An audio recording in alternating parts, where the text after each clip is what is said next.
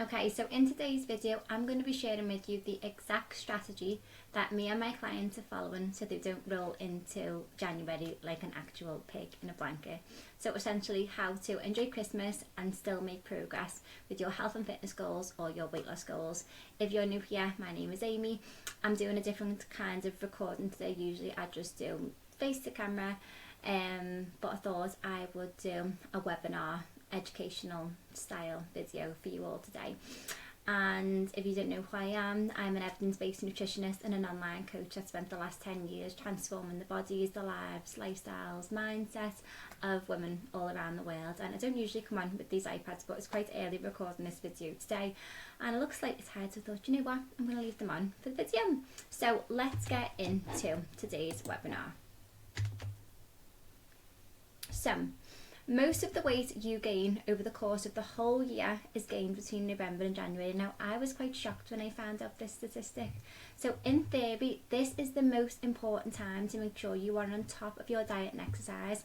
And yet it's when most people let things slip or shift the focus until New Year. And they'll say things like, oh, I might as well just wait until January, now I'll start back again in January. But in fact, research shows that on average people's weight stays pretty level for most of the year, meaning that the vast majority of the weight gain is solely down to what happens between the months of November and January.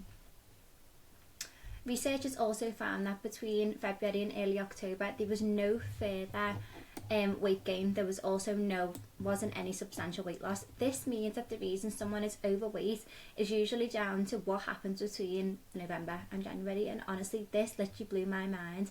And it's one of the reasons I always do a coaching intake at the beginning of December, because now is literally the time where people need most of the support and most of the accountability to keep up with the things that they need to do to keep progressing towards their goal, or at the very least maintain what they've achieved throughout the year, so that they can just kind of start January with how they left off. And this is especially if you're the kind of person who doesn't want to accept the norm, gain weight and begin January feeling behind.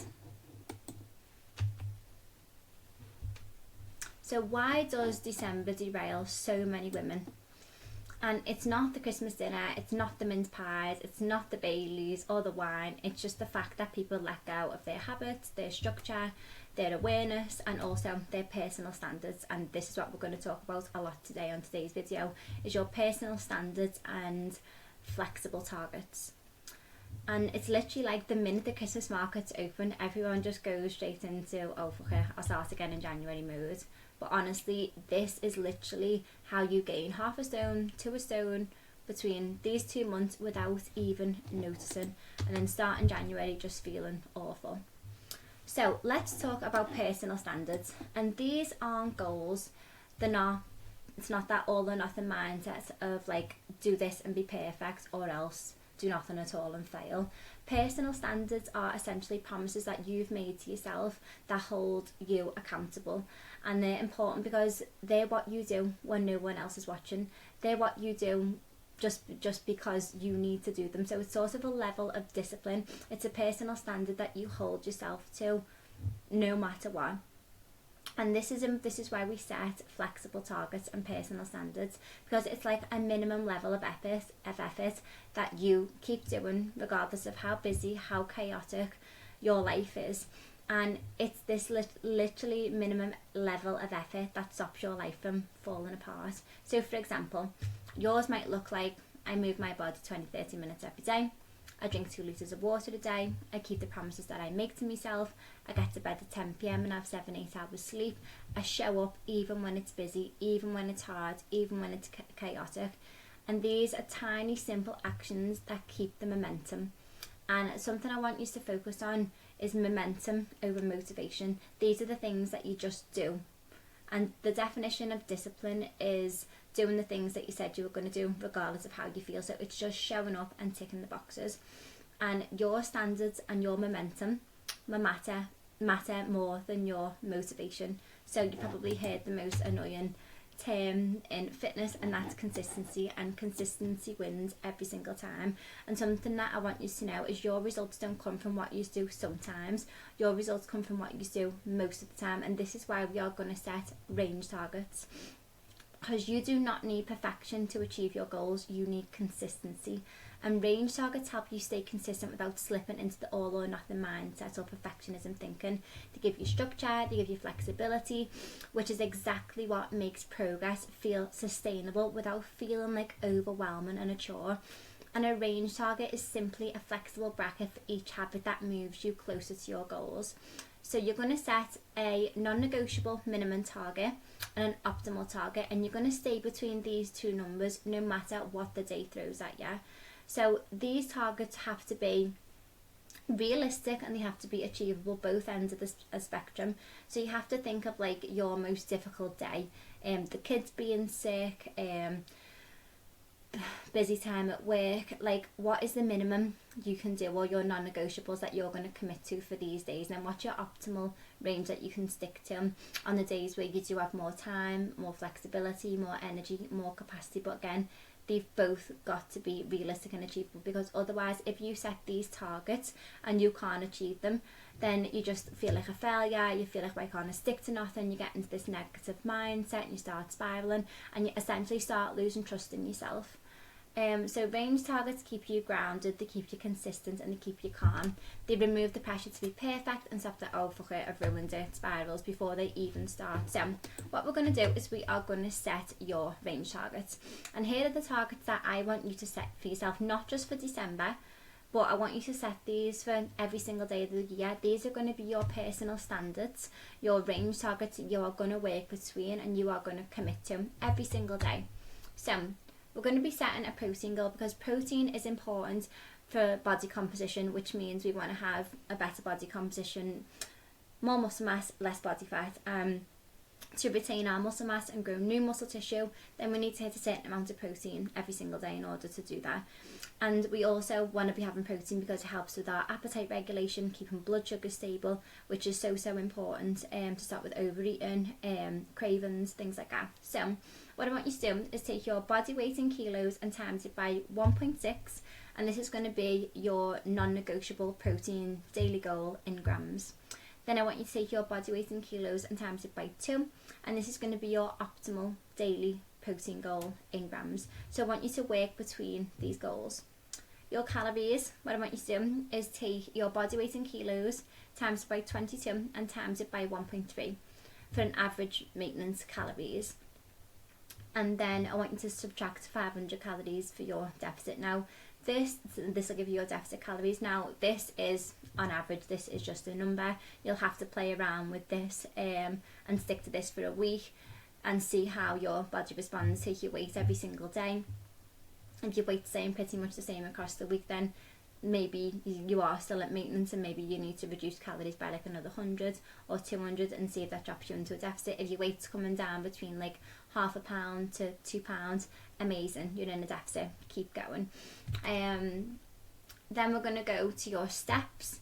So steps is just a really easy way for us to burn calories, expend calories each and every single day. So it just essentially keeps the fire burning. And we want to set, again, a non-negotiable and an optimal target. So for me, I always think everyone should be hitting at least 8,000 steps a day if you are body able to do that. And then an optimal target. And again, these have both got to be realistic and achievable. So I'd say your optimal target's probably something that you think, do you know what, like that is a bit of a challenge for me, but I know I can achieve that if I push myself to do that. Workouts, you want to be aiming for 2 to 5 sessions per week, and I always recommend strength training and resistance training, because this is going to help retain current muscle mass, it's going to help build new muscle mass, and the more muscle mass you have on you, the more efficient you are going to be at expending and burning calories, because muscle mass is more metabolically active than fat, and it's going to give you a better body composition, meaning you're going to look leaner, tighter, overall leaner defined than you would if you just done cardio. So we want to be committing to 2 to 5 sessions per week. So again, you set your range targets. And then water, I think everyone should be drinking between 2 to 3 litres, but again, you might be drinking 1 litre, so right now your non-negotiable might be 1.5 litres. And same with sleep. I set a range target of a non-negotiable and optimal. So there was a study done to show that they took 2 groups of people and they put both of them in a calorie deficit, and they sleep deprived one of them on 5.5 hours per night, and the other group slept like 7 to 8 hours of good quality sleep per night.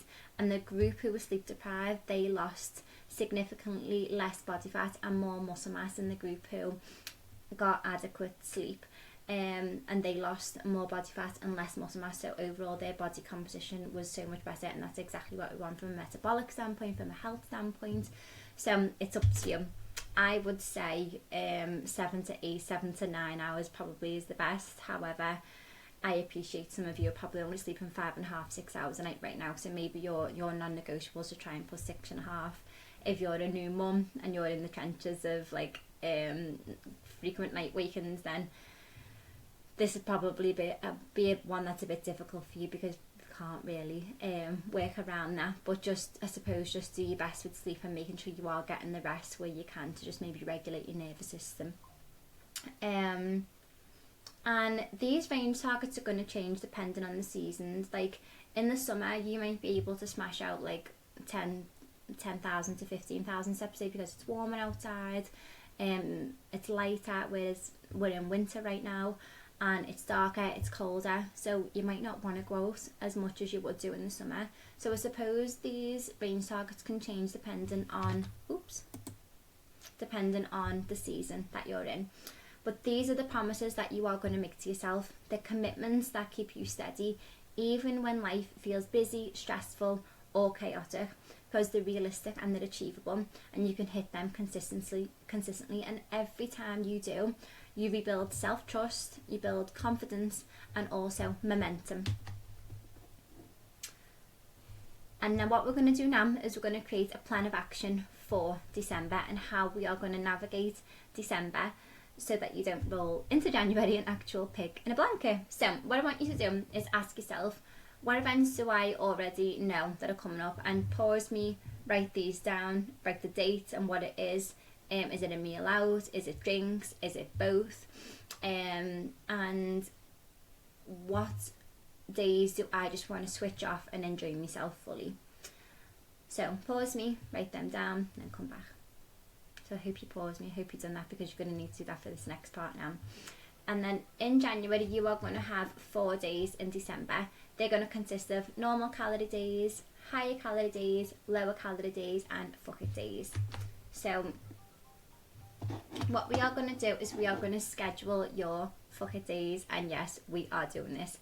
And we are going to schedule 2 to 3 intentional fuck it days, and these are the days you literally just fully switch off and enjoy yourself. And this is going to look like Christmas Day, Boxing Day, your work party, your birthday if it's in December, a night out with the girls.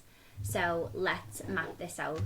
And you might be thinking, how are you like going to have these fuck it days but still make progress in December? And it's all going to come to light now. So what I want you to do is I want you to schedule in your 2 to 3 fuck it days. So pull up a calendar like this off Google Images, print it off, and you're going to write in where your fuck it days are. So it might be New Year, Christmas Day, and maybe the 12th for your Christmas night out. And then I want you to put in your higher days. So these are going to be the days where you require more calories because you're going out for a meal, you're going out for drinks, or you're going out for both. So this might be the 6th, it might be the 13th, it might be Boxing Day. And then what I want you to do is write down, so you write down higher, and then you'll write down lower, lower, lower. So you're going to have 3 lower calorie days before each higher day. And on these lower calorie days, what I want you to do is something called calorie banking. So this is where you are going to pull back like 100 to 200 calories per day. And then this way, when you have your higher day on Saturday, you will have banked 300 to 600 calories to add on top of your normal calories. So let's say, for example, the current calories you're on is 1,500 a day. Now you're going to add 300 to 600 calories on, so now your calories for that day is going to be 1,800 to 2,100 calories a day, so that it gives you more flexibility for your night out, your meal out, or your drinks, or whatever it might be. And then how I recommend you navigate the higher days is just eating lighter on those days, so making sure that maybe breakfast and lunch is just consists of protein and fibre, so you're still getting your protein in there. And this might look like a protein shake for breakfast or a smoothie. It might look like just some scrambled eggs or a veggie packed omelette. And then that way then you're having lower calories earlier in that day to allow for more calories later on in the evening to spend on your night out. And outside of your fuck-it days, your higher days and your lower days will just be your normal calorie days. So if your goal right now is weight loss, then this will just be your normal calorie deficit. If your goal is just weight maintenance and getting to January feeling good, energized, not sluggish and things like that, then you'll just be at maintenance calories outside of the other days. So I'm hoping that makes sense. So yeah, I've just spoke a little bit about this, how to handle higher calorie days. So just make sure you decide whether beforehand whether it's meal, drinks or both.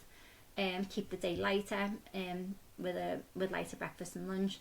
Bank 1 to 200 calories per day for 3 days before the event. Make sure you're still drinking your 2 to 3 litres of water, making sure you're still hitting your step goal, making sure you're still getting your workout in, and making sure you're still hitting that protein goal too. You don't want to sacrifice protein.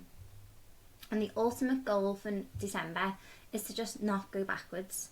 Like, I don't think December is the month to chase aggressive fat loss. It's the month to at least maintain your progress. If you get into January and you are lighter, amazing, you've absolutely smashed that.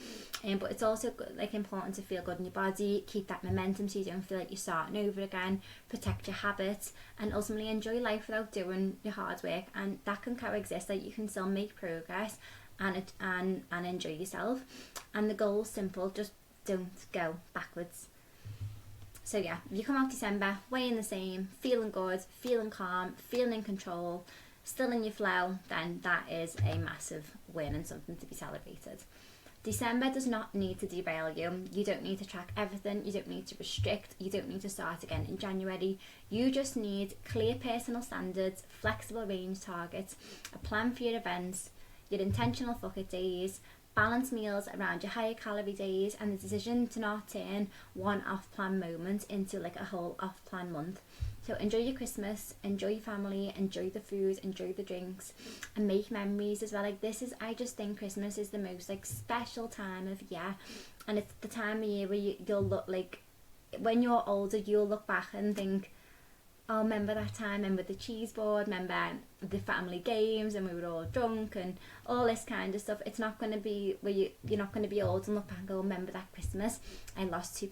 Like, you're not going to do that. So you've got to be realistic, and you've got to sort of take that pressure off yourself as well. Yeah, so I want you to also enjoy waking up in January feeling confident, calm, in control, and ultimately not like picking a blanket. So if you did like this video, if you found it useful, please give it a little like, comment, subscribe, because this is exactly what I teach, making health, fat loss, weight loss super simple and just not stressful. And what I want you to do as well is send me over your range targets, the personal standards that you're committing to, and also your plan of action for December, so that I can hold you accountable to exactly what you said you was going to do. So thank you for watching. I hope you found this helpful, and I will see you in the next video.